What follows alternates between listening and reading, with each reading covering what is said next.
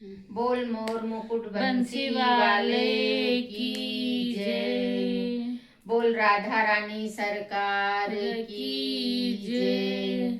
आज कन्हैया नंद बाबा के संग भोजन कर रहे हैं तो मिर्ची को देखकर कैसे ललचाते हैं और कैसी लीला करते हैं वो भाव रखा गया है, तो आप भजन के माध्यम से सुनिए। एक बार नंद बाबा के संग भोजन पाए रहे श्याम। एक बार नंद बाबा के संग भोजन पाए रहे श्याम। हरी मिर्च पर नजर पड़ी तो मुस्काए घनश्याम। आज तो रोए रहे गाना, निगल गए मिर्च को दाना।